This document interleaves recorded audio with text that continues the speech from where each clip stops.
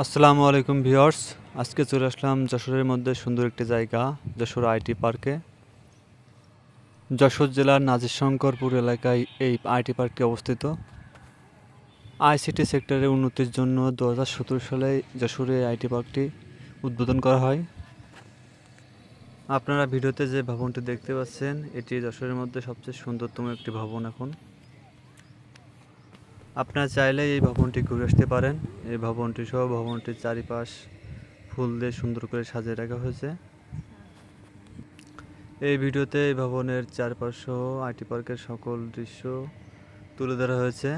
ভিডিওটি ভালো লাগলে লাইক কমেন্ট শেয়ার করে পাশে থাকবেন। ধন্যবাদ। ভিডিওটি সম্পূর্ণ দেখার জন্য অনুরোধ করা হলো।